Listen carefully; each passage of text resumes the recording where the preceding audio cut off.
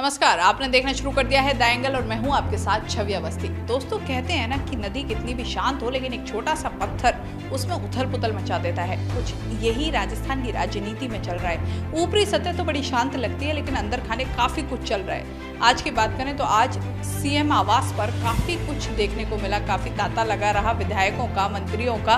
कहा जा रहा है कि विधायक लगातार वहां पहुंच रहे हैं, जिसमें से जैसे इंदिरा मीणा है या फिर उसके अलावा जो बीटीपी के 2 विधायक थे जो संघर्ष के समय में मुख्यमंत्री अशोक गहलोत के साथ खड़े रहे थे, या फिर सीपीएम के विधायक थे जो उस समय उन्होंने साथ दिया था मुख्यमंत्री अशोक गहलोत का।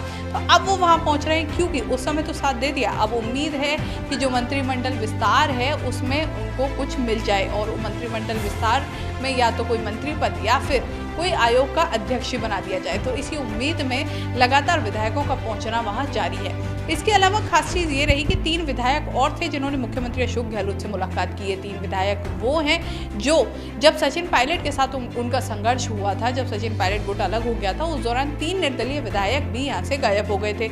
ये 3 निर्दलीय विधायक वसुंधरा राजे के खास बताए जाते हैं, जिसमें ओम प्रकाश हुड्डा है और सुरेश टाक भी है। अब इन तीनों विधायकों का कहा जा रहा है कि इन्होंने आज तो मुख्यमंत्री अशोक गहलोत से मुलाकात की, लेकिन कल रात को ये वसुंधरा राजे से भी मुलाकात करके आए हैं। अब इस चीज को लेकर भी सियासत में काफी कुछ चर्चाएं शुरू हो चुकी हैं, कई अटकलें लगाई जा रही हैं। कहा जा रहा है कि ये जो सब रूपरेखा बनाई गई थी कहीं ना कहीं उसी के ताने बाने हैं। इसके अलावा अगर बात करें सचिन पायलट की, क्योंकि इस पूरे घटनाक्रम में सचिन पायलट का रोल अहम है, तो उनकी बात करना भी लाजमी है।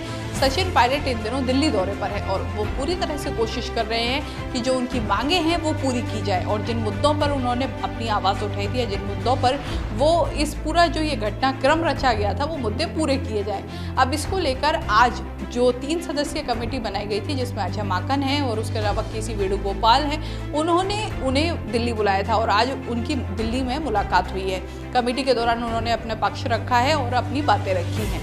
इसी के साथ एक पेज इसमें ये भी है कि वो 3 विधायक जो कहा जाता था कि सचिन पायलट के खास हैं और उनके पास चले भी गए थे मानेसर, लेकिन वहां से आधे रास्ते से लौट के आ गए, जिसमें प्रशांत बैरवा है और उसके अलावा दानिश अबरार है, रोहित बोरा है। ये 3 ऐसे विधायक हैं जो यहाँ से कहा जाता है कि चले गए थे लेकिन वापस गहलोत गुट में शामिल हो गए। वापस आने के बाद ये जैसलमेर भी गए और जब फेयरमाउंट पर रोका गया तो वहाँ भी रुके।